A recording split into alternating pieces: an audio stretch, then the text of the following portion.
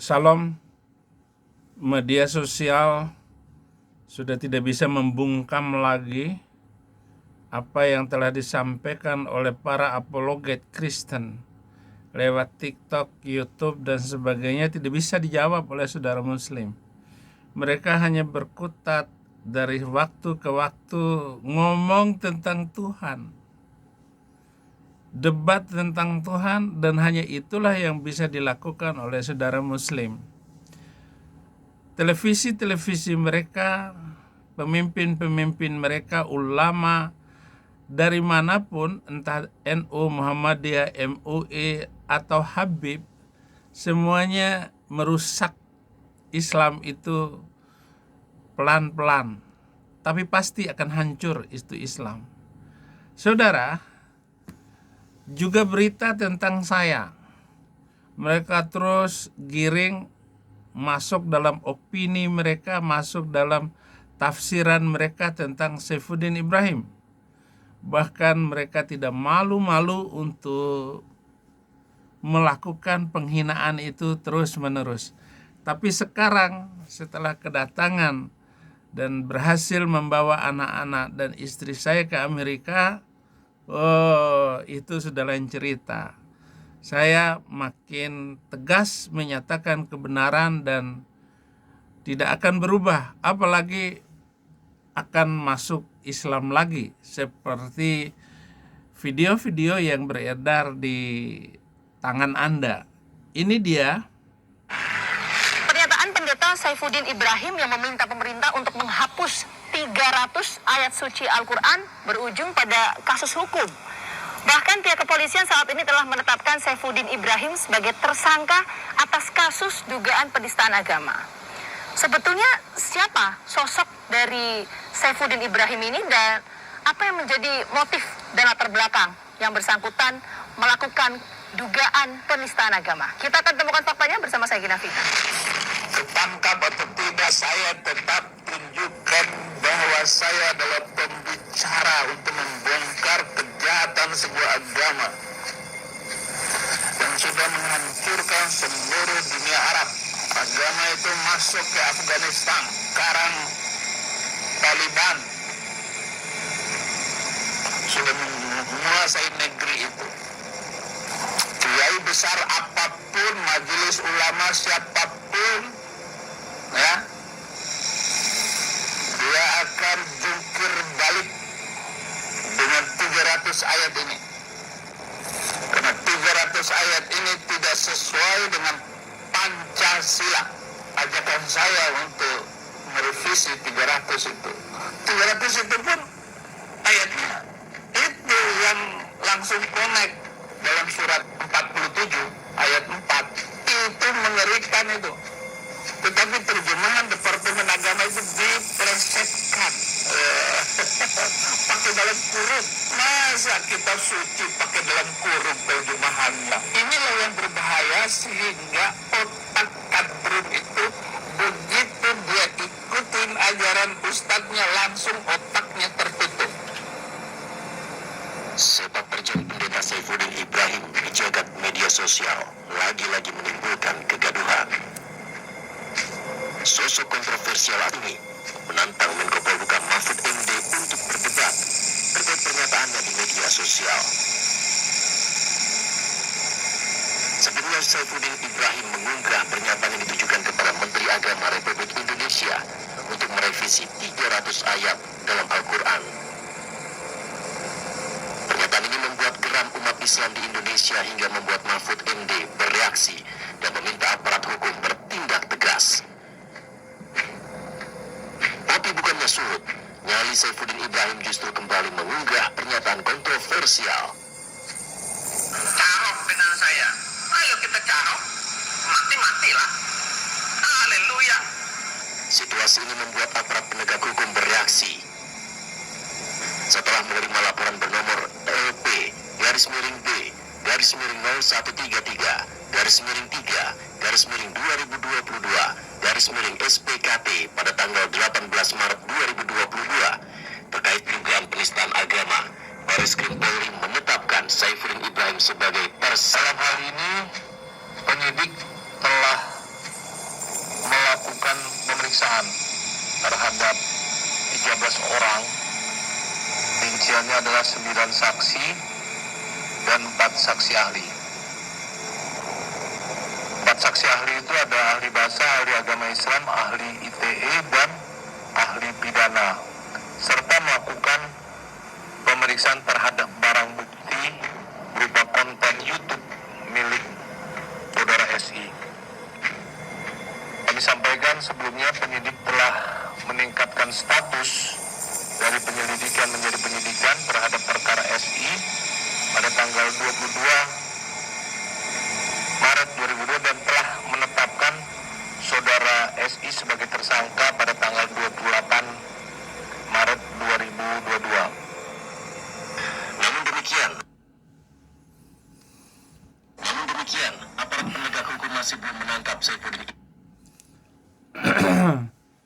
Atas surat tersangka itulah saya meminta kepada pihak pemerintah Amerika Federal, saya mengajukan politik asylum, yaitu permohonan suaka politik agar saya diselamatkan dan tidak dibawa kembali ke Indonesia. Hanya dalam 6 bulan permohonan saya diterima. Dan itu luar biasa, saya sujud syukur kepada Yesus Kristus, Allah yang adil, Allah yang mendengar, dan Allah yang melihat semua kekhawatiran dan ketakutan saya di negeri ini apabila saya dikembalikan ke negeri Konoha. Sementara para penonton semuanya berkomentar, lu kalau berani kembali dong ke Indonesia. Bukan masalah takut atau tidak. Kalau saya di kerangkeng 1 tahun, itu berapa miliar saya harus bayar? Kalau harus dibayar, berapa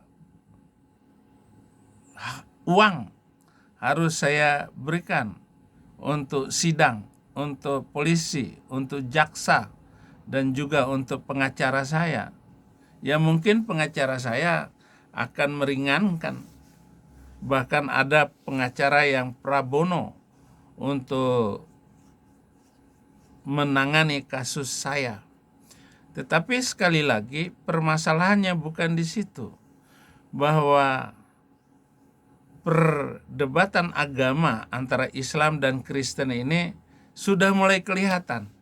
Bahwa Muslim tidak bisa ngomong apa-apa lagi tentang data, tentang kitab suci mereka, dan juga tentang rahasia hadis-hadis yang tidak pernah dibaca oleh mereka, yang tidak pernah dimengerti oleh mereka. Bagaimana kejahatan seorang Arab itu yang mengangkat diri jadi nabi tanpa moral, tanpa akhlak, tetapi oleh seluruh pengikutnya selalu dikatakan mulia dan terhormat. Jadi terima kasih Pak Polisi, dan setelah hampir 1,5 tahun saya meminta petisi agar anak-anak saya datang dari Indonesia dan istri saya. Luar biasa, Tuhan jawab juga seluruh keinginan hati saya, seperti Mazmur 37 ayat 5. Terima kasih. Ibrahim, sebab sosok kontroversial tersebut menurut kabar tengah berada di Amerika Serikat.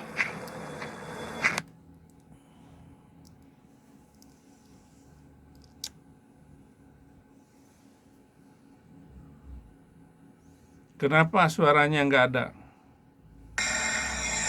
Berbekal pengetahuan yang kuat atas sosok kontroversial ini, tim fakta mencoba menelusuri rekam jejak Saifuddin Ibrahim sejak masih bersekolah.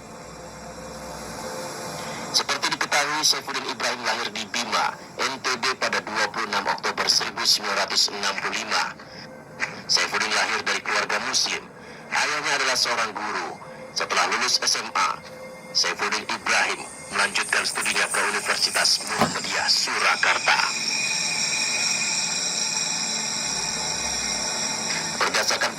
Dekan Fakultas Agama Islam, Syamsul Hidayat, yang pernah tinggal sekamar dengan Saifuddin Ibrahim saat menjadi mahasiswa menyebutkan bahwa sosok Saifuddin Ibrahim cukup humoris dan tidak berbeda pada mahasiswa umumnya. Namun perubahan yang terjadi pada Saifuddin terlihat saat menyelesaikan sarjana muda dan kembali ke Bima NTB tahun 1988. Nah, ini ada Pak Samsul Hidayat. Jadi Pak Samsul ini adalah teman satu angkatan dari Saifuddin Ibrahim. Betul. 1984 berarti Pak. Tahun 84 ya. Seberapa dekat sih Pak dengan Saifuddin Ibrahim? Dengan Saifuddin pertama ketemu ketika masih belum masuk Sopron. Kan dulu ditampung dulu di PP Muhammadiyah di Yogyakarta. Orangnya tinggi tapi kurus waktu itu. Sekarang kan gemuk ya. Saya bersama Saifuddin mengambil jurusan Usuluddin Perbandingan Agama. Jadi memang di situ ya belajar semua agama, aliran kepercayaan kita pelajari. Ya. Sebenarnya kalau dari segi kemampuan akademisnya biasa-biasa saja. Bahasa Arabnya apalagi masih sangat rendah kemampuan bahasa Arabnya. Jadi kalau sekarang aku sebuah katanya guru besar bahasa Arab, menurut saya itu nol besar itu menurut saya. Jadi saya tahu itu. Jadi dengan Saifuddin kita tahu dia berasal dari Bima dan belajar di Pondok Sopron sama di kampus kita ini sampai selesai sarjana muda tahunnya 88. Tahun 88 beliau pulang ke Bima, mengabdi di Muhammadiyah Bima sebagai guru, sebagai pendakwah, dan di sana ada pimpinan yang masih keluarga beliau, keluarga dia, yaitu Kiai Dani Maskur. Hubungannya dengan Saifuddin? Hubungan keluarganya? Hubungan keluarganya itu paman. Oh, pamannya. Pamannya Saifuddin. Tapi juga sekaligus pimpinan Muhammadiyah di Bima sana. Pak Kiai Dani Maskur ini sebagai pimpinan tapi juga mungkin ada aktivitas lain sehingga ketika terjadi GPK Warsidi tahun 89 di Lampung itu, saya nggak tahu ceritanya kok nyambung ke sana. Sehingga waktu itu saya dengar pengumuman, mungkin waktu itu terjadi pas ada musyawarah tarjih ya. Karena Pak Gani Maskur ini tokoh tarjih, ulama tarjih. Beliau sebenarnya sedang mengikuti musyawarah tarjih di Malang. Masih dalam perjalanan dari Bima ke Malang sampai Banyuwangi kalau nggak salah, beliau ditangkap. Ditangkap, bawa ke Bima, cari yang lain-lain. Mungkin termasuk Saifuddin ini dicari. Oke, nah keberadaan Saifuddin waktu itu? Saifuddin pergi. Jadi pergi tapi perginya ke Solo sini, pulang ke Solo. Di bangunan pesantren inilah Saifuddin Ibrahim pernah tinggal dan menimba ilmu tentang keislaman.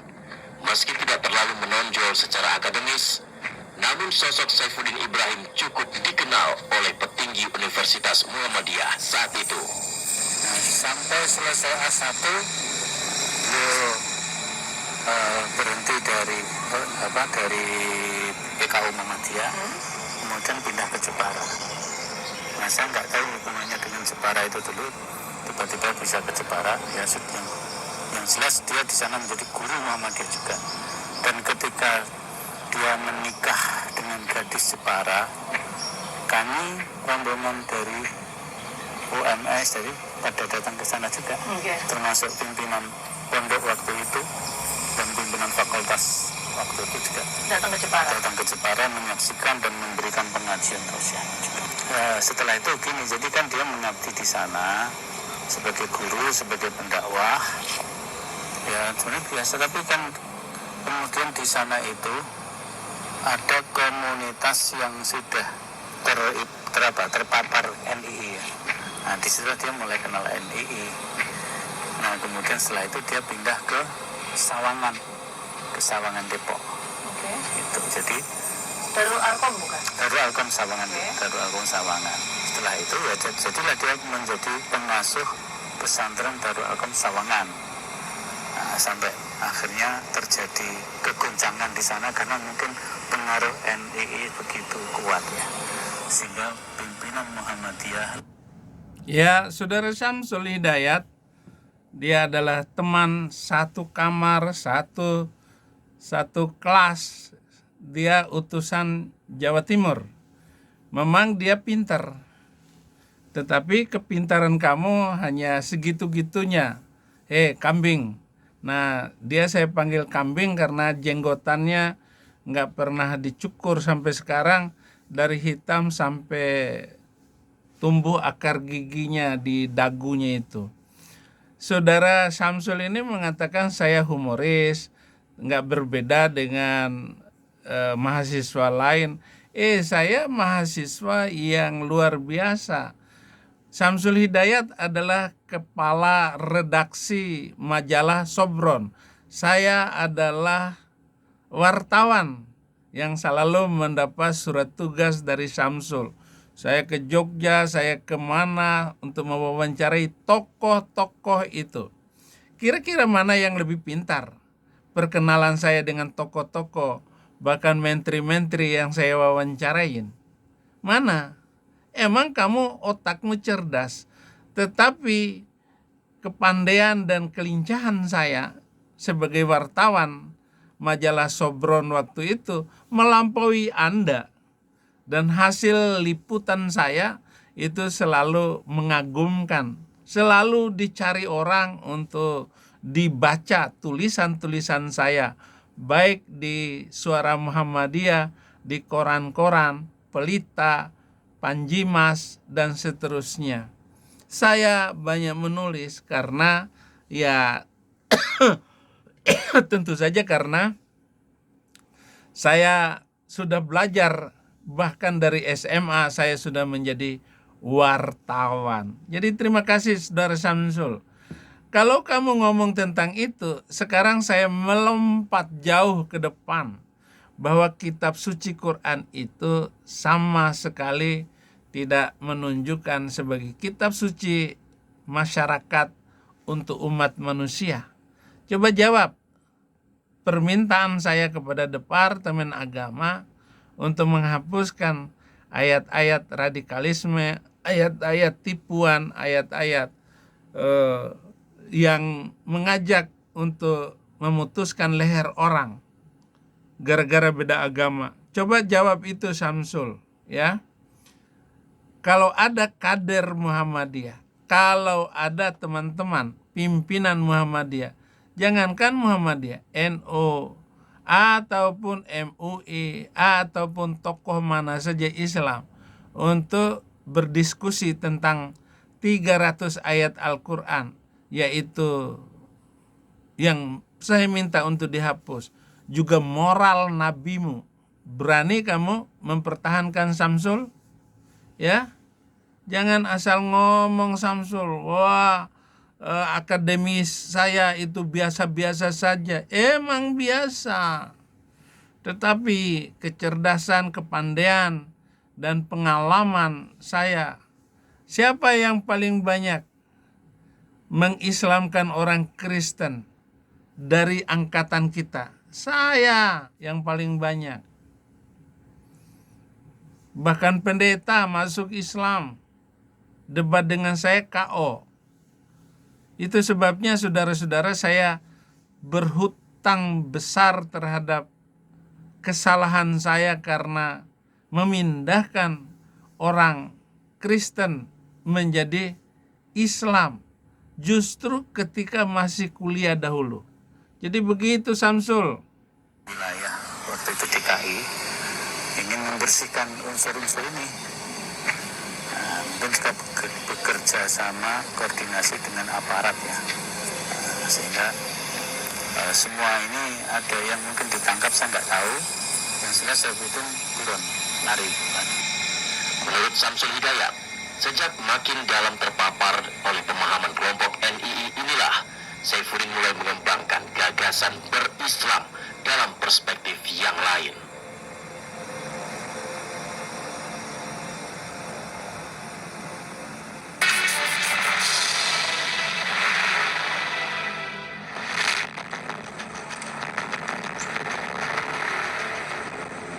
Sepak terjang Saifuddin Ibrahim yang mencoba menghidupkan pemahaman negara Islam Indonesia atau NII di Pesantren Darul Arkom Sawangan Depok ini mendapat perhatian khusus dari pengurus Muhammadiyah DKI Jakarta.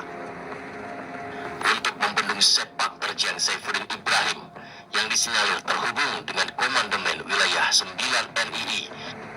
Muhammadiyah Pusat mengutus Ustadz Budi Nurastowo bin Triman untuk membendung gerakan yang dibangun Saifuddin Ibrahim.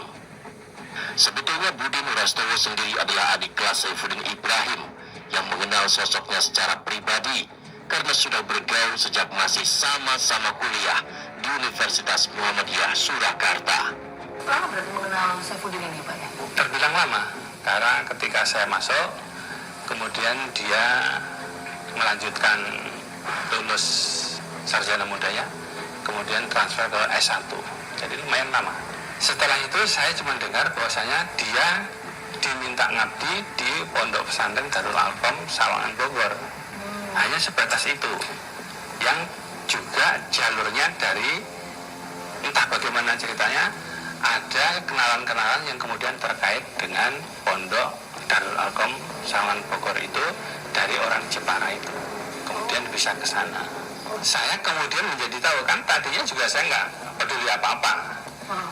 Kemudian menjadi tahu oleh karena saya tahun 94 diminta mengabdi di sana dalam rangka untuk membentengi di mana Pondok Pesantren Darul Arkom itu sudah kemasukan paham-paham NII yang dibawa oleh Saifuddin Ibrahim itu. Nah, Bapak tahu informasi itu dari mana, Pak? Sudah dari jaringan Sobren lah, bahwasanya Saifuddin Ibrahim di Pondok Darul Arkom ini mengembangkan paham NII KW 9 itu. Yang meminta Bapak untuk mengabdi di Darul Arkom itu siapa, Pak? Ya. Wilayah DKI Jakarta, pimpinan wilayah Muhammadiyah DKI Jakarta. Karena kebetulan istri saya itu kader utusan Aisyah DKI Jakarta. Dia diminta untuk mengabdi ke sana. Saya ikut sekalian dalam rangka untuk membenteng itu. Oh, jadi waktu itu sempat juga berarti ke Darul Arkom ya, Pak? Ya. Bapak ya? Ya. Berapa lama Pak Budi di sana, Pak? 4 tahun. 4 tahun. Ya. Jadi baru juga dengan Saifuddin ini ya? Saya masuk, dia keluar. Pas NII di Darul Arkom sedang puncak-puncaknya meledak. Oh, oke. Dia sudah, kata orang sih DPO ya, daftar pencarian orang. Jadi dia juga sedang barusan keluar, saya masuk. Oke, Pak. Saya penasaran, Pak. Katanya tadi Saifuddin membawa paham NII di Darul Arkom Ya. dan lain sebagainya. Itu gimana sih, Pak, cerita lengkapnya, Pak? Yang terjadi di sana tuh gimana? Ya, yang jelas kemudian memang betul-betul terlihat dari santrinya dan beberapa ustadz dan staf di pondok pesantren itu. Mereka gampang tidak puasa wajib Ramadan, mereka gampang tidak sholat. Itu kan kami ketahui, bahkan yang anak-anak emosional masih muda-muda ya seperti gagah-gagahan. Ini loh puasa tapi aku merokok begitu. Tidak sholat, gitaran, nyanyi-nyanyi. Sangat kami rasakan setiap. Banyak, Pak? Iya, banyak. Yang memiliki paham seperti ini? Iya. Yang kena kalau saya hitung ya mungkin bisa 50-50. Baik staf guru juga 50-50, anak juga 50-50. Pak, saya ingin tahu deh. Bagaimana mungkin kamu bisa menutup gerakan itu? Nggak bisa, Budi. Bahkan di Muhammadiyah nggak lama lagi pun begitu.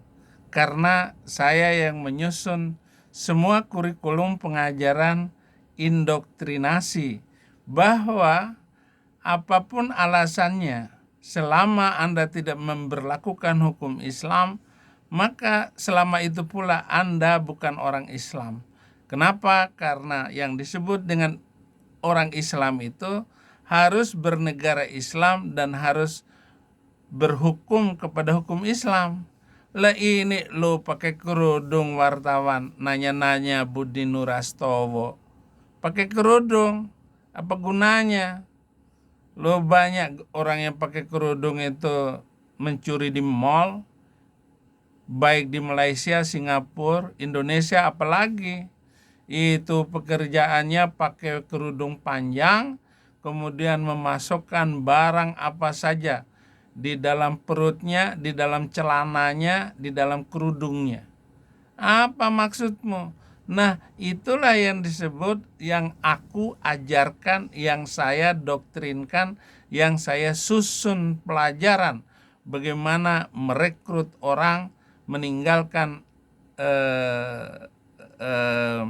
KTP-nya untuk masuk di dalam sebuah perjuangan yaitu NII, Negara Islam Indonesia. Lalu sekarang hampir 20 tahun saya telah menjadi orang Kristen karena ternyata seluruh isi Al-Quran itu tidak bisa dipertanggungjawabkan sebagai utusan dan juga sebagai pedoman manusia hidup zaman sekarang. Kalau enggak, ya siaplah kehidupan kita umat manusia hancur karena agama dan karena ajaran itu. Sorry ya. Interaksi yang terjalin selama ini antara Pak Budi dengan Saifuddin itu seperti apa sih Pak? Lebih tepatnya interaksi dengan binaan-binaan Saifuddin ya. Ketika di Darul Arkom itu ya. Yang mereka frontal, betul-betul frontal, membuat saya tidak betah, membuat saya adalah diposisikan sebagai lawan mereka. Apa yang mereka lakukan? Saya itu mungkin baru 3 hari malam-malam gerimis mau ke dapur untuk makan malam sama istri, payungan begini, dilempar dari lantai 2. Dibuat itu pakai sepatu. Nah, Bapak mulai sendiri, Bapak melakukan mereka? Iya, saya juga ngamuk juga, saya juga masih muda dan saya juga berani. Terus apa yang Bapak? Saya panggil semua, saya tantang semua, mati-matian saya tantang. Saya sendiri, kalian banyak segini, ayo bunuh-bunuhan. Pasti saya mati. Tapi mesti kalian juga ada yang mati, ayo. Mereka kan intinya saya dianggap orang kafir. Lawan mereka atau tidak suka kepada mereka. Ya mereka ambil posisi anti sama saya. Sebisa mungkin tidak betah.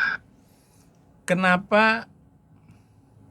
orang Islam yang tidak bernegarakan negara Islam disebut kafir?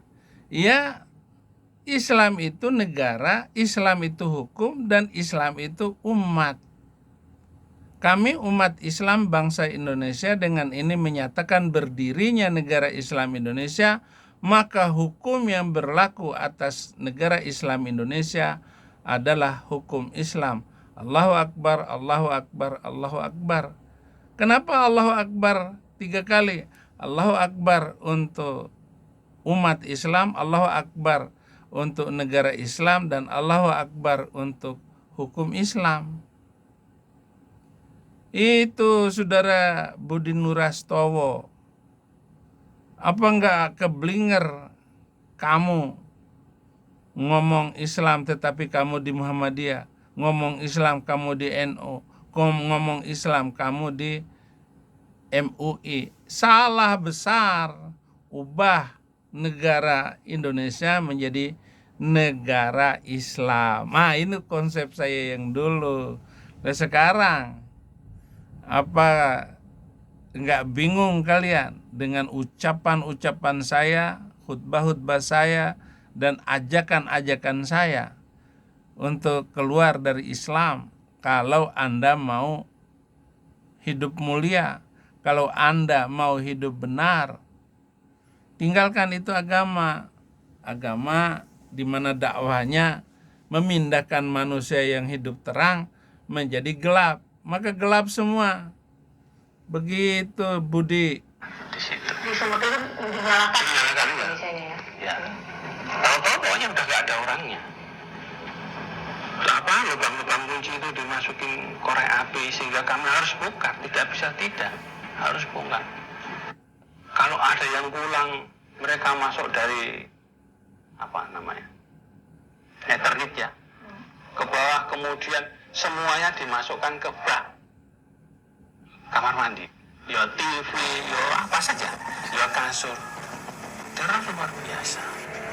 Menurut Budi Nurastowo, dirinya bukan tidak pernah diajak oleh Saifuddin Ibrahim untuk bergabung dengan NII. Bahkan dirinya pernah menjawab dengan nada gurauan saat ditawari bergabung dengan NII oleh Saifuddin Ibrahim di tahun 1995. Nah, Pak Budi sempat ngobrol sama Saifuddin waktu itu. Ngobrolnya sekitar tahun 95. Saya masuk, dia keluar, tapi kemudian ketika ada liburan pondok, dia sempat main ke pondok. Disitulah ketemu saya. Ngobrol apa, Pak? Ngobrol salah satunya termasuk mungkin sudah menjadi bawaan dia untuk merekrut saya. Oh, Bapak sempat? Iya, merekrut ya. Gimana Pak? Cara merekrutnya ya sederhana sekali karena dengan saya. Wes, ayo ikut. Penak nggon aku gitu. Nggon aku ku penak. Meskipun dia orang NTB tapi sok-sok bahasa Jawa dengan saya. Enaknya gimana Pak? Enaknya yang ditampilkan adalah dia dulu sederhana sekali, sekarang dia sudah parlente. Semuanya bermerek, bawa motor yang bagus, bawa pager yang saat itu belum ada banyak pager. Seperti itu misalnya. Oke, terus respon Bapak ketika itu? Respon Pak Budi? Saya sekedar jawab ngawur saja, karena memang nggak tertarik saya. Saya bilang, aku nggak sama sekali nggak tertarik sama kelompok ini. Seperti kamu sendiri nggak bisa bikin contoh. Harusnya Islam itu, laki-laki itu istrinya 4. Kamu berapa? 1 toh? Saya nggak akan tertarik. Pak, selain mendoktrin ya Pak ya, apalagi sih yang kemudian dilakukan oleh Saifuddin ini ketika menjabat di Darul Arkom itu Pak? Informasi yang Bapak tahu? Kayaknya lebih banyak ke situ. Karena apa ya? Yang dia sasar itu kan pokoknya nanti banyak pengikutnya, kemudian banyak pajaknya. Ada pajak? Ada pajaknya. Jadi hampir kayak MLM itu loh. Semakin banyak Yang ikut? member ya, pendapatannya juga semakin banyak, karirnya juga semakin naik. Mungkin kalau awalnya dari member, kemudian bisa jadi RT, bisa jadi RW, bisa jadi dukuh, lurah, berdasarkan hasil rekrutan seperti itu. Maka kemungkinan ya Saifuddin Ibrahim dianggap karirnya bagus apabila semakin banyak rekrutannya atau orang-orang yang ikut bawahnya. pemahamannya Iya. Saifuddin ini. Iya. Pak, saya sempat dapat informasi atau dengar informasi Pak, katanya ada apa ya, semacam pemungutan gitu ya, pemungutan biaya Ya. bagi anak-anak yang sekolah di Darul Arkom itu. Ya betul. Ya, memang justru terbongkarnya pondok pesantren Darul Arkom yang kemasukan paham NI itu dari ini.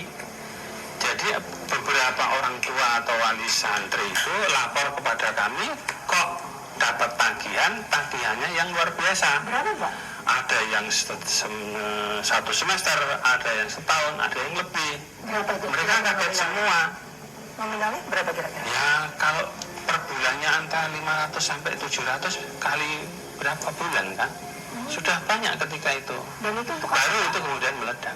Oh, untuk apa itu Pak? Yang mereka kemudian untuk pergi ngalor ngidul karena urusan dengan pengajian mereka untuk pajak dan untuk operasional mereka sendiri dalam rangka mencari Member baru. rekrutan baru.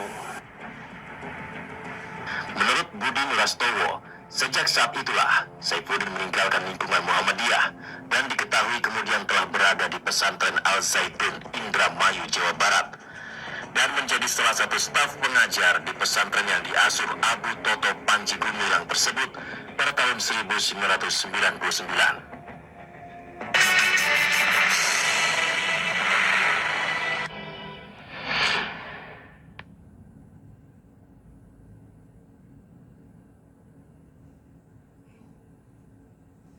Ya, saudara-saudara, komentar adik kelas saya tadi, Budi Nurastowo, itu ada benarnya. Tetapi dari segi pendirian saya sebagai pimpinan NII, tentu kamu nggak mengerti sama sekali, apalagi untuk mengatakan bahwa ngalor ngidul. Enggak, itu adalah perjuangan yang benar daripada menjadi Pancasila tetapi ngaku Islam. Begitu saudara Budi Nurastowo. Dan mungkin ini komentar anak saya, Saddam Hussein. Pandangan Saifuddin tentang Islam yang berulang kali muncul di YouTube tidak hanya melukai umat muslim saja, tapi sekaligus menyakiti perasaan anak-anak Saifuddin sendiri. Setidaknya begitulah penuturan Saddam Hussein, putra kedua Saifuddin Ibrahim, kepada tim Fakta Saddam menyebutkan bahwa hanya karena Islam mengajarkan akhlak anak kepada orang tua harus tetap terjaga, maka dia tetap memanggilnya Abi, meski hatinya sebagai muslim berulang kali tersakiti. Mas Hussein, kita kan sering dengar nama ayah Anda di media sosial karena pernyataannya dianggap kontroversial oleh banyak orang. Ketika mendengar itu gimana sih respon keluarga, Mas? Pertama kita sebenarnya paling utama itu yang sering kita lupa untuk keluarga ya, itu mau mengucapkan minta maaf sebesar-besarnya untuk masyarakat Indonesia, karena ternyata memang ucapan Abi ini adalah ucapan yang benar-benar sangat berpotensi untuk menyakiti, melukai, dan itu terkhususnya untuk umat Islam gitu. Bahkan untuk keberagaman itu juga sangat berbahaya seperti itu. Karena saya sebagai anaknya kandung, dan beliau itu semasa muslimnya adalah kebetulan ayah yang dekat dengan anak-anaknya. Artinya ini memang nggak bisa dibohongi. Lukanya terdapat di diri kita masing-masing. 3 saudara ini terluka ketika Abi berpindah agama. Nah, akhirnya kita pun ya dewasa juga menyikapi itu. Karena Abi masuknya 2006, artinya kan bukan hal yang baru tuh. Artinya sudah cukup lama Abi sudah memutuskan untuk pindah. Artinya kedewasaan yang kemudian kita ambil adalah oke, ini urusan Abi, tetapi ingat menjadi tidak urusan Abi lagi ketika mencampuri agama yang kemudian bukan kamarnya Abi lagi seperti itu. Karena saya pikir di Indonesia Saya tidak memasuki campur masuk kamar Islam, enggak. Justru Islamlah yang paling tidak bermoral dari seluruh agama. Dari 4.200 agama di dunia ini, satu-satunya agama yang nabinya tidak punya moral, ya nabi kamu itu, nak. Siapa yang bisa membantah pernyataan saya ini? Mahfud MD. Sekapasitas Mahfud MD, dia tidak memiliki wewenang untuk menjawab pernyataan-pernyataan saya ini. Tetap dijawab salah, nggak dijawab memalukan. Kan begitu. Apalagi kamu sebagai anak saya. Kamu bilang saya masuk campur kamar orang lain. Hapus dulu 300 ayat yang menjadi malapetaka. Kenapa sih gereja dirusak di Indonesia? Kamu tahu nggak, nak? Itu karena kitab sucimu. Karena pengajaran ulamamu. Karena mengikuti nabimu. Bayangkan 5.000 orang Yahudi dan orang Kristen di Madinah putus kepalanya. Sampai begitulah, nak, Saddam Hussein. Jadi sebenarnya pernyataan kamu ini bagus sekali, menjaga perasaan saya. Tetapi saya lebih menjaga hati Tuhan Yesus Kristus jangan disakiti. itu jelas ada fasilitas, yaitu adalah diskusi perbandingan agama. Itu difasilitasi dan dilindungi. Ya, tetapi bukan di tempat yang sembarangan seperti itu. Ada forumnya seperti itu. Tetapi kalau misalnya penistaan agama, inilah yang kemudian bisa kita lihat. Dia nggak ada forum, dia tidak ada yang melindungi, dan dia dengan seenaknya sendiri menyebutkan hal seperti itu. Sempat nggak sih nanya ke ayah ya, atau Pak Saifuddin, kenapa sih kok kemudian mengatakan seperti itu? Iya. Karena kalau kita melihat di media sosial yang kemudian disampaikan oleh Pak Saifuddin ini kan ada permintaan untuk misalnya menghapus 300 ayat Al-Quran. Nah, sempat nggak sih nanya, ada apa? Beliau pindah ke agama, gitu kan. Kalau misalnya menyimpulkan hal tersebut, itu kalau saya ngambilnya dari testimoni dia atau kesaksian ya, kalau misalnya disebut di agama Kristen.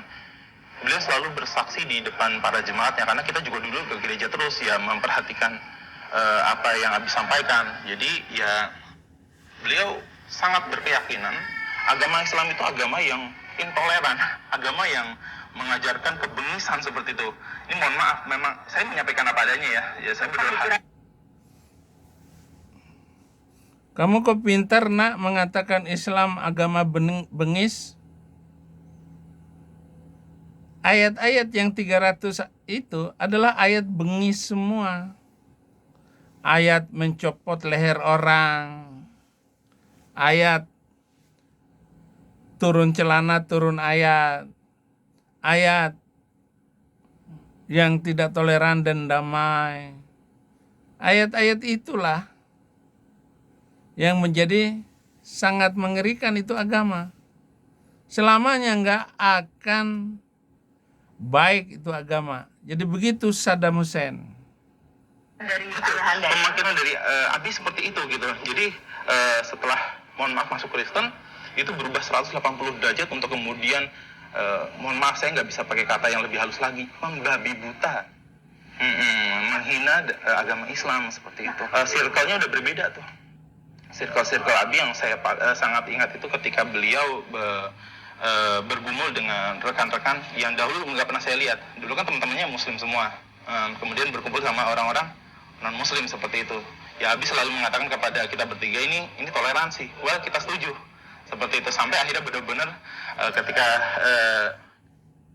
berkumpul kemudian Abi pindah agama. Oke, kita bisa ambil aja dari tuduhan terbaru Abi. 300 ayat Al-Quran dihapuskan saja karena berpotensi untuk memecah belah umat seperti itu. Well, aku udah sering banget mendengar ayat-ayat yang Abi tuduhkan. Bahkan saat kita waktu SD ya, SMP, SMA itu kita masih ikut Abi untuk ke gereja gitu. Jadi ya kita diinjili gitu, bahasanya ya, diinjili oleh Abi. Nah yang menarik itu adalah ketika Abi menyampaikan kepada kita, ini nyampeinnya ayat potong-potong. Misal saya sebutkan surat ya, di surat Al-Baqarah ayat 191, waqatuluhum haitsu saqiftumuhum, dan bunuhlah mereka di mana saja kamu jumpai mereka, seperti itu. Nah, padahal kalau ayat ini ayat yang berketerusan seperti itu. Bahkan ayat sebelumnya, dan perangilah di jalan Allah orang-orang yang memerangi kamu. Itu artinya di dalam Islam kita tidak boleh memerangi kalau kita tidak diperangi duluan, seperti itu. Ada informasi yang beredar luas di luar sana menyebutkan bahwa Pak Saif. Mana yang duluan, Muhammad memerangi atau diperangi? Perang Badar itu perampokan, nak. Itu perampokan. Mana ada perang di situ? Orang baru pulang dari Syam, lewat Madinah, diambil harta kekayaannya, suruh pulang tangan kosong. Betapa jahatnya Nabimu sayang. Dan ini sejarah, fakta, tertulis semuanya. Bukan saya ngarang, bukan saya menista. Ini adalah bergabung dengan kelompok NDI itu betul nggak sih? Iya, kalau di Al Zaitun, iya bergabung. Yang Abi ceritakan itu dari 99 sampai 2006. Waktu itu keluarga juga tahu mengenai hal itu? Tahu. Kita diajak semuanya ya, bahkan. Oh, keluarga juga diajak?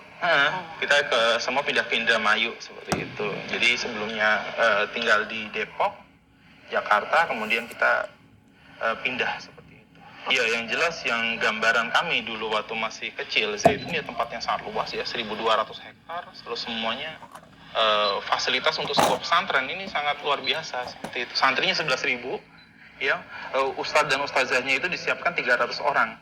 Ada 700 karyawan dan dari 300 ustadz dan ustazah itu ya dibentuk dewan guru. Ada 12 dewan guru, 800 guru, 3.000 karyawan, nak. Kamu salah data itu. seorang dan salah satunya Abi seperti itu, yang handle juga bagian humas seperti itu. Oke, Mas Husein, terakhir ini pertanyaan dari saya. Oke, siap. Saya ingin mendengar Mas Husein mengatakan apa yang ingin dikatakan kepada ayah ya, kalau misalnya ayah yaitu Pak Saifuddin menonton tayangan ini. Oke, Abi yang kemudian ada di sana di Amerika atau mungkin dimanapun, apabila menyaksikan ini, kami minta saya mengataskan nama keluarga ya, untuk kemudian menjadi pribadi yang gentle, bertanggung jawab atas apa yang dilakukan pada hari ini. Insya Allah Saddam pribadi dan kakak maupun adik sangat kemudian kecewa dengan apa yang Abi perbuat hari ini. Dan ini sebenarnya berat untuk Saddam karena memang Abi adalah ayah kandung dari Saddam, pernah merawat Saddam. Tetapi Abi kalau misalnya pernah kemudian disandingkan lebih cinta mana apa yang kami peluk dengan Abi, ya tentu saja itu bukan sebuah perbandingan. Seorang muslim tentu harus cinta kepada Tuhannya, begitu juga dengan Abi. Artinya kita punya koridor masing-masing, dan untuk Abi silahkan kemudian mempertanggungjawabkan apa yang diucapkan seperti itu. Kalau misalnya mungkin Saya telah mempertanggungjawabkan seluruh ucapan saya, ajakan saya, agar seluruh muslim satu-satunya hidup aman, damai, hanya dengan ikut Yesus Kristus. Itu saya bertanggung jawab. Lalu apa kaitannya dengan kamu, nak? Kamu ikutin aja tuh nabi yang kawin dengan bocil itu. Ngambil menantu jadi istri. Orang lain, umatnya disuruh kawin 4 orang. Dia sendiri tidur dengan 30 wanita. Yang dikawini hanya 23. Yang dapat kamar hanya 11. Dan ada 7 wanita yang tidak perlu dinikahin. Langsung aja dipaku saja. Paku walaupun lagi tidur dengan suaminya, tarik kakinya, ayo ikut ke sini. Itulah 7 orang yang menjadi budaknya Muhammad. Loh, sekarang kamu mau menantang apa? Saddam? Di dunia tidak dapat dipertanggungjawabkan. Ingat Abi, akhirat adalah tempat pertanggungjawaban seadil-adilnya. Seperti ini. Saddam sendiri pernah berdebat dengan ayahnya seputar Islam lewat Saddam memang paling senang debat dengan saya. Dari 3 orang ini, Saddam jago debat. Iya. Tetapi apa artinya jago debatmu? Kamu berada di tempat yang salah, di rumah yang salah, di agama yang salah, di kitab suci yang salah, dan nabi yang palsu. Sungguh itu, nak. Jangan begitu dong. Ya. sebuah kanal podcast. Dan saat itu Saifuddin Ibrahim sempat agak emosional menanggapi Saddam. Begitupun saya sama anak saya. Saya harus melakukan yang terbaik kepada anak saya. Walaupun di dalam hal ini kita sering debat. Kita sering debat ini sama Saddam Hussein ini. Kamu bikin lagi buku satu lagi. Kita debat lagi. Satu buku lagi nanti muncul. Ribut lagi. Tetapi cinta saya kepada anak saya tidak pernah berubah. Memang dahulu-dahulu kemudian kita selek yang sangat hebat ya, karena tentu saja nggak bisa dipungkiri. Karena dapat seperti ini karena agama, makanya saya nggak mau beragama lagi. Bahaya sekali pemirsa. Sejauh ini Saddam sendiri mengaku berupaya untuk meminta ayahnya pulang ke tanah air.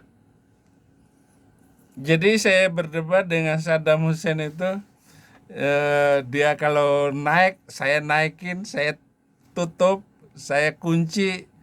Ya akhirnya memang kalau saya berdebat dengan dia ataupun lagi nyetir, saya nyetir, ngobrol sama Saddam dari Tangerang keluar tol Kebun Jeruk sampai Saddam marah. Kalau ngomong begini terus saya turun ini, katanya. Dia mau turun dari mobil. Ini jalan tol, nak, jangan begitu. Saya bilang begitu sama Saddam. Ya, Saddam memang diplomatis setiap jawaban ataupun pendapat dengan saya. Iya, itulah yang saya perlihatkan kekeluargaan saya tentang anak-anak saya, dan sekarang sudah punya cucu dari masing-masing anak saya. Dan mempertanggungjawabkan semua tindak tanduknya secara hukum. Sebab kegaduhan di masyarakat menurutnya juga tidak boleh dibiarkan berlarut-larut. Namun upayanya untuk membujuk ayahnya tidak mudah. Kebetulan Ibu itu pengen ini, saya nelfon Abi untuk nasehatin. Halo Ibu. Wah, kayaknya baru bangun ya, Bun ya? Sorry ganggu ya. Sama Abi enggak? Halo Abi. Ya. Astagfirullahaladzim. Gimana kabarnya? Baik. Baik. Ini di jam berapa di sana, Abi? Ini jam 7 malaman. Ya, sudah jam 7 pagi. Ya, apa namanya? Sadam nggak tahu sih mau ngomong apa, bingung lah. Insya Allah Sadam punya husnuzon yang baik buat Abi. Masih ada waktu, Bi. Masih ada waktu. Ya, Abi, jadinya gimana? Di sini ramai loh, Bi. memang harus ramai. Oh, jadi memang ramai ini sudah sesuai harapan Abi gitu ya? Belum. Belum. Jangan dulu itu. Hidup yang tentram, damai, antar agama. Jangan ada agama. Masa orang Kristen, kerjanya menakul. Tiap tahun dihapus. Tidak. Tidak. Ya kalau gitu terus ya nggak bisa. Kira-kira... Amat dan Oke, Abi. Salam doakan yang terbaik untuk Abi. Untuk sedang punya harapan-harapan. Semoga Allah kabulkan untuk Abi. Nah, kalau ngajak saya balik ke Indonesia sudah nggak mungkin. Sekarang adik-adikmu 3 perempuan semua ini dari Mama Ayu sudah di Amerika. Dan saya sudah mengambil posisi yang benar. Masa kamu ngajak lagi balik ke Islam? Kamu bilang masih ada waktu, Abi. Waktu itu masih ada terus. Tetapi saya tidak akan kembali masuk Islam lagi, nak. Maaf. Tor monitor ketua, anggota mau lapor ketua. Kondisi lagi gacor ketua. Gacor semua Indonesia itu. Selama masih beragama Islam. Kok kamu mau ngajak saya masuk Islam lagi? Dam. Lupanya telepon kamu ini. Nah, terima kasih ya, saya sudah menjawab video ini. Karena video ini campuran video lama dan telepon Sadam ketika saya dan mamanya ada di Amerika. Itu aja sih kurang lebih ya.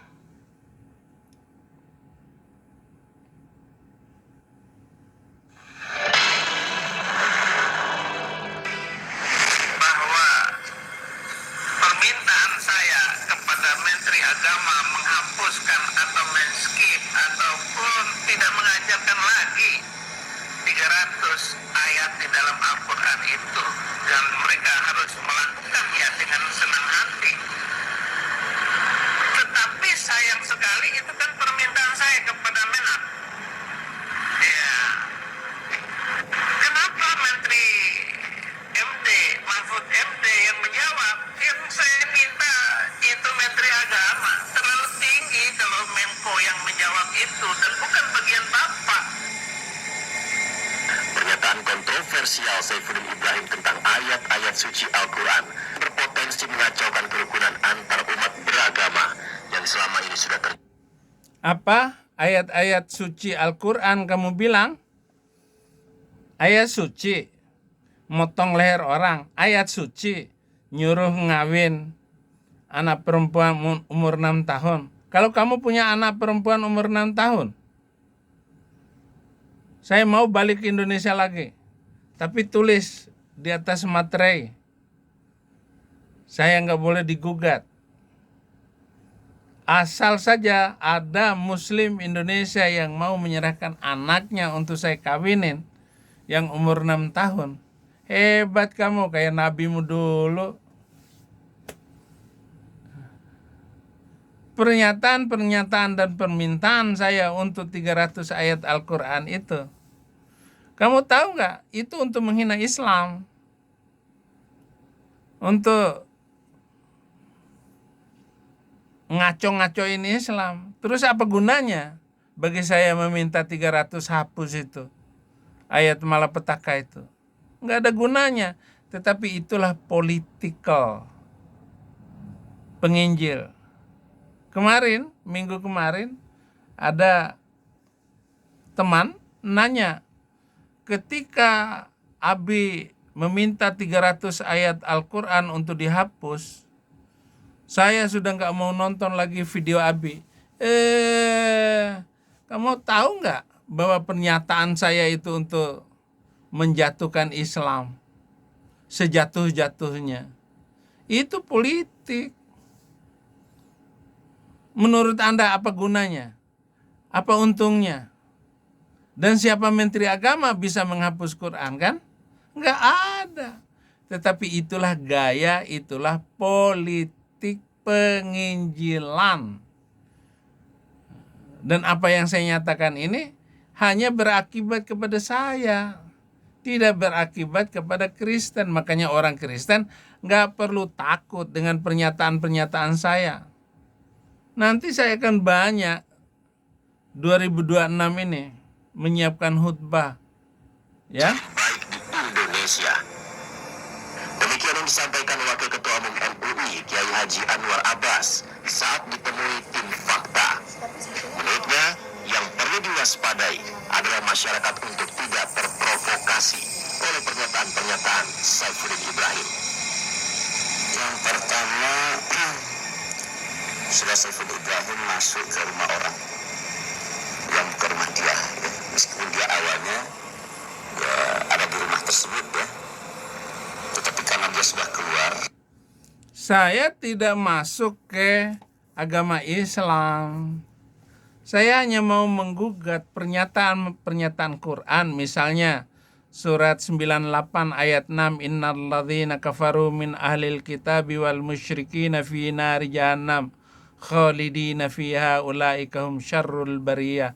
Sesungguhnya orang kafir, yaitu orang Kristen dan orang Yahudi, di neraka jahanam selama-lamanya.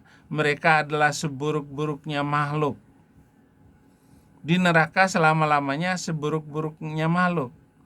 Coba kamu ngerti nggak? Siapa yang bikin HP? Siapa yang membuat televisi? Siapa yang membuat pesawat terbang? Itu yang dikatakan Quran sebagai manusia makhluk seburuk-buruknya. Berarti Allah Subhanahu wa Ta'ala tidak maha tahu, tidak mengerti bahwa abad ke-19 nanti, dari abad ke-7 ke-19, berarti kalau dari Muhammad sampai terciptanya pesawat terbang, telepon, dan kemajuan teknologi semuanya ini adalah dibuat oleh makhluk yang seburuk-buruknya. Saudara Muslim, dari ujung rambut sampai ujung kaki, itu semua yang kamu pakai itu milik Muslim. HP yang kamu kantongin itu dibuat oleh non-Muslim. Nggak ada orang Islam yang bikin HP. Paling makainya doang. Man tasabbaha biqaumin fahuwa minhu. Barang siapa yang menyerupai suatu kaum, maka dia adalah kaum itu. Apaan? Lu bilang haram ulang tahun. Berubah kamu. Jejak digital itu akan membuktikan bahwa kalian salah. Itu kan salah satu ayat Quran, Al-Bayyinah ayat 6. Orang Yahudi dan orang Kristen kafir masuk neraka, kekal selama-lamanya. Ternyata Allah itu pembohong. Allah itu penyesat. Menyesatkan. Jelas sekali menyesatkan. May yahdillahu fala mudhillalah wa may yudlil fala hadiyalah. Barang siapa yang diberi petunjuk oleh Allah, maka tidak ada yang menyesatkan. Barang siapa yang disesatkan oleh Allah, tidak ada satupun yang memberi petunjuk. Kalau itu terjadi kepada saya, masa Allah itu penyesat? Quran surat 8 ayat 12. Itu jahat semua itu ayat. Ya, Anwar Abbas ya. Sadar, Bung. Dan dia sudah pindah agama, ya tidak boleh ya, tidak etis ya, mengkritik ajaran dan keyakinan orang lain gitu ya. Jadi oleh karena itu menurut saya ya tindakan saudara Saifuddin Ibrahim ini adalah Bilang ke Somad, jangan ngomong tentang saya saja. Bilangin kepada ulama-ulama yang lain itu yang suka mengejek Kristen. Bilang ke Habib Rizik yang bilang bahwa kalau Tuhan lahir siapa bidannya. Bilang dong. Jangan semau lu ngomong. Anwar Abbas. Dasar lu. Ini kakak tingkat saya dulu. Anwar Abbas ini. sebuah tindakan yang sangat mengganggu ya dan merusak hubungan baik antar umat beragama ya. Dan saya juga baca dari tokoh-tokoh agama yang seagama dengan beliau juga tidak setuju ya dengan pernyataan sikap dari Saifuddin Ibrahim itu sendiri. Dia bukanlah orang yang mengerti ya, tentang Al-Quran. Siapa pendeta yang tidak setuju dengan saya? Jangan asal ngomong. Siapa pendetanya?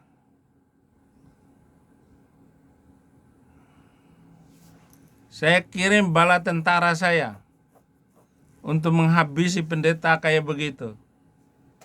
Kayak memenangkan jiwa aja lo pendeta. Tetapi memang ini karangan Anwar Abbas yang mau adu domba. Giliran saya lu omong-omongin. Giliran Somad, Adi Hidayat, Habib Rizik, Bahar Smith, lu diam saja. Takut digeruduk sama FPI. Pasti tahu kan mereka tidak agama. Ya, jadi saya melihat dia bukan juga orang yang terlalu paham tentang ajaran agama, tentang Al-Quran ya. Oleh karena itu bagi saya terpikir ya ini orang. Kamu yang gak paham. Wakil MUI. Lu mau adu apa ilmu dengan saya? Kamu bilang saya gak terlalu paham. Saya guru Al-Quran, saya guru tafsir, saya guru hadis. Makanya saya tahu segala tentang Islam. Apalagi sejarah kanjeng nabimu itu. Yang gak bermoral, gak beretika. Kamu bilang sallallahu alaihi wasallam. Terima kasih sudah menonton. Jangan lupa like dan subscribe channel ini untuk membantu pelayanan di Indonesia. Terima kasih. Saya sudah membayar hutang saya kepada peternak ayam dan peternak kelinci karena lama saya nggak kontak-kontak. Yang kedua, nanti saya juga berterima kasih kepada penginjil yang ada di Batam, Kalimantan Tengah, di Jakarta dan juga di NTT. Ya, anak-anakku terima kasih ya, maju terus, menangkan banyak jiwa. Ya, ada satu kabupaten di NTT sudah 600 kepala keluarga pindah agama karena dibangunkan rumah. Makanya saya dan tim sudah membangun 25 rumah bagi orang-orang Kristen yang masih bertahan imannya yang luar biasa. Terima kasih. Nanti Baru sedikit ya uang yang dikirim kepada Anda semua bagi para penginjil. Tuhan Yesus memberkati.